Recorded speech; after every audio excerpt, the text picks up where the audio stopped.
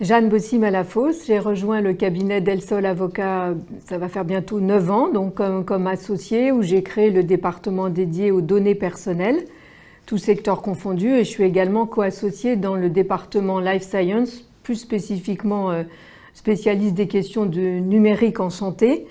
Alors j'ai un parcours un peu particulier parce que j'ai rejoint le barreau il y a 10 ans, et j'ai exercé les 25 précédentes années dans le secteur public, donc à la Caisse des dépôts et consignations, à la Commission nationale informatique et liberté pendant 18 ans, puis au ministère de la Santé où j'ai été nommée secrétaire générale de l'Agence du numérique en santé créée par Madame Bachelot à l'époque en 2009. Et j'ai rejoint le barreau donc il y a 10 ans, d'abord dans un cabinet américain et j'ai rejoint Del Sol il y a 9 ans, pour exercer donc dans ces deux départements, données personnelles et santé numérique. J'apprécie beaucoup la variété des dossiers. Ça me rappelle un peu les fonctions que j'avais à la commission, c'est-à-dire que je travaille sur des sujets très importants, des sujets moins importants, avec des petites entreprises, des moyennes ou des grands laboratoires pharmaceutiques ou des organisations du secteur public. J'aime beaucoup la variété. J'aime beaucoup également amener les personnes à trouver une solution à leur projet dans un cadre juridique quand même extrêmement contraint. Et je trouve ça intéressant intellectuellement de les amener à une solution qui évidemment satisfasse le cadre juridique, mais qui par moment peut être un peu en zone grise. Et c'est ça qui est assez intéressant avec la variété des sujets.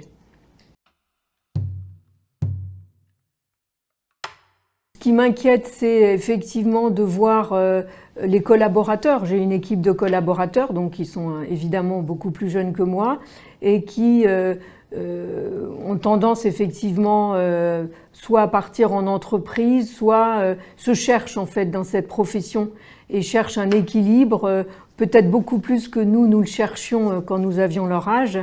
Et donc c'est le souci de les accompagner, de bien les former et en même temps de leur garantir cet équilibre de vie qui n'est pas toujours compatible avec l'exercice de notre profession. Et puis c'est vrai que pour moi ce qui a été très nouveau, c'est tout ce qui est l'objectif financier, puisque non pas qu'on n'ait pas de contraintes budgétaires dans le public, on en a, mais dans la profession d'avocat, c'est beaucoup plus personnalisé, beaucoup plus personnel et donc c'est plus stressant évidemment.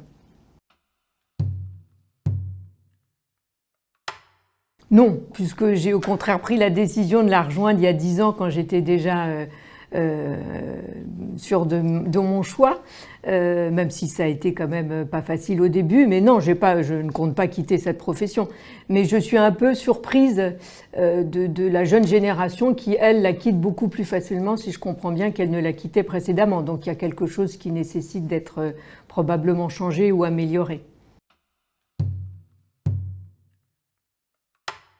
Plus on connaît cette profession, peut-être plus on arrive à trouver cette sérénité qui, pour moi, reste très personnelle. Le métier d'avocat est un métier très individuel, très solitaire même par moments. C'est ce qui m'a frappée d'ailleurs dès le départ. Et puis d'être serein quand on a une bonne équipe de collaborateurs qui marche bien, qui se sent bien. C'est pour ça que la sérénité de l'associé, à mon avis, passe par la sérénité des collaborateurs. Donc trouver les moyens de les rendre plus sereins.